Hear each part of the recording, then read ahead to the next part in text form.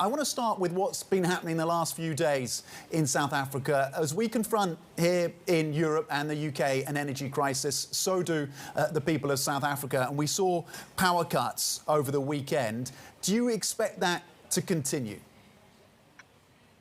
Well, good morning to you, Tom, and thank you very much for having us.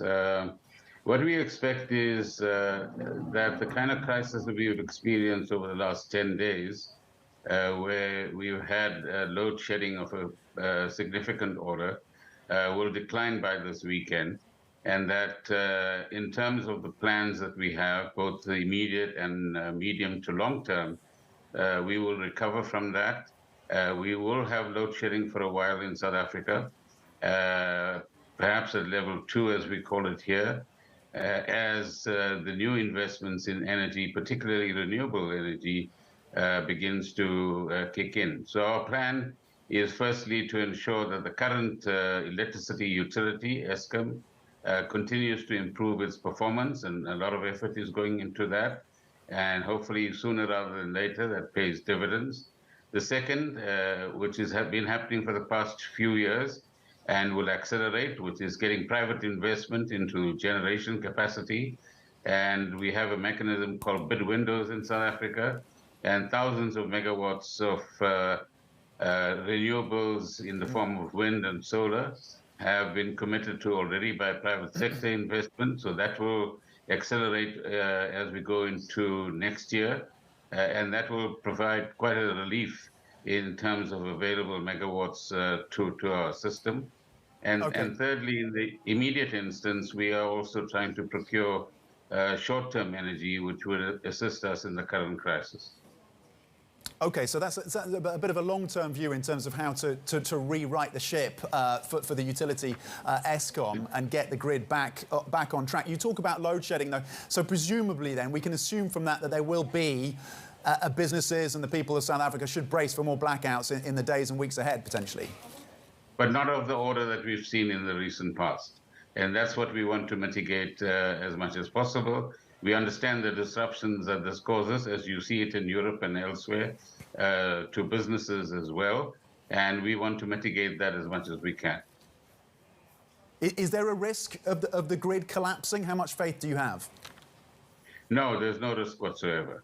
I think we have a great set of experts operating within Eskom and managing the grid. And the load shedding is exactly in place in terms of levels 1, 2, 3, 4, and so on, in order to prevent the grid from collapsing. And it will certainly not get to that point. A lot of this is down to failing infrastructure, essentially. What is the government's plan to address the vulnerabilities in the energy infrastructure? Well, we've had mishaps in terms of government decisions some 15, 20 years ago, when power stations should have been built in the early 2000s, and there was a decision at the time not to do that. And when the decision was made, it was made a bit too late. As a consequence, we have the shortage of supply that we have currently. There have been previous bouts of load shedding as well. And of course, you've seen it elsewhere in the world, in California, in Texas, and in parts of Europe today as well. So in our case, the existing coal-powered fleet is oldish, so to speak. There are some newer plants. We have a very reliable nuclear plant in Koeberg in the Western Cape. That's undergoing some kind of refurbishment, but that'll be back on track soon.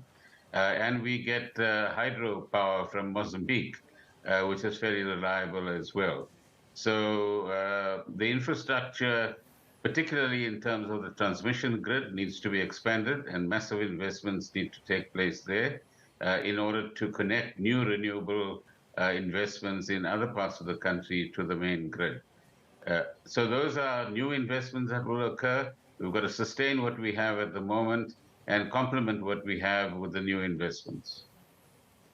So that's in terms of the energy mix and those additional investments that are needed, as you say, significant investments. For the time being, do you have confidence in the leadership of Eskom? And for our viewers who don't know, this is the biggest utility company, or at least provides about 95% of energy for South Africa. Do you have confidence in their management, in the CEO of that company? Well, to date, they've done the best they can, but I think we've got to keep under constant review whether the governance and the management capability is of the order which would help us to meet the current crisis. What we are doing at the moment is trying to encourage Eskom to recruit some of the more experienced people, and they've already done so to some extent, and will do more of it in order to mentor the younger managers at power stations. And that'll help us to complement the skills capacity that we require within Eskom today.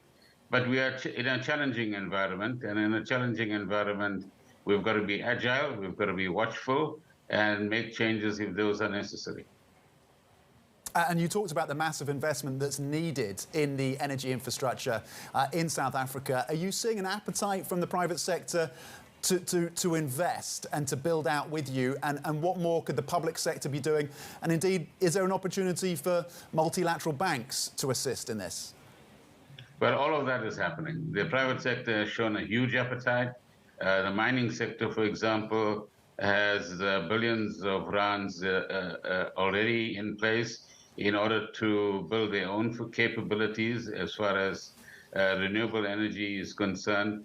Investment from the private sector together with the financial institutions has been taking place at quite a hectic pace over the last 4 years once we opened the gates.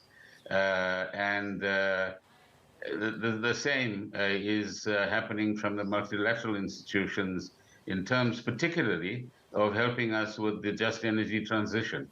And that would involve loan to some extent and significant amounts of grant is what we expect from the developed countries, some of which we saw committed during COP26.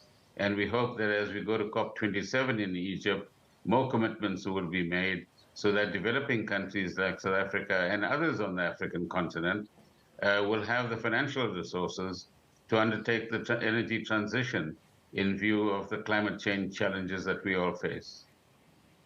OK, and Minister, before we let you go, and I want to draw on your experience as Finance Minister as well over a number of years for South Africa. What are you seeing in terms of FDI? When do you expect FDI, foreign direct investment, in your country to turn around as we weigh up these headwinds, whether it's the energy crisis or pressure on the rand? Well, I think we've had incremental investments already, and each year, apart from the COVID years, the President has convened an investment conference that has attracted by next year, almost R1 trillion in foreign investment.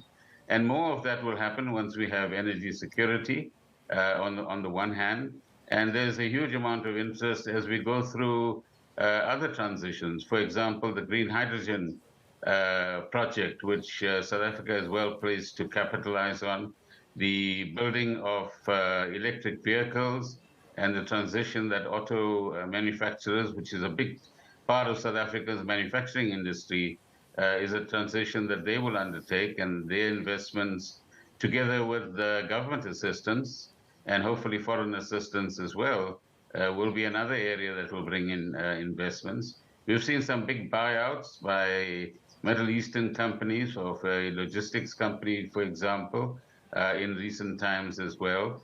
So the appetite for investment in South Africa, given its very modern infrastructure, is quite high. And from within the country itself, there's a huge appetite for private and public cooperation into investments in infrastructure of a very significant order as well.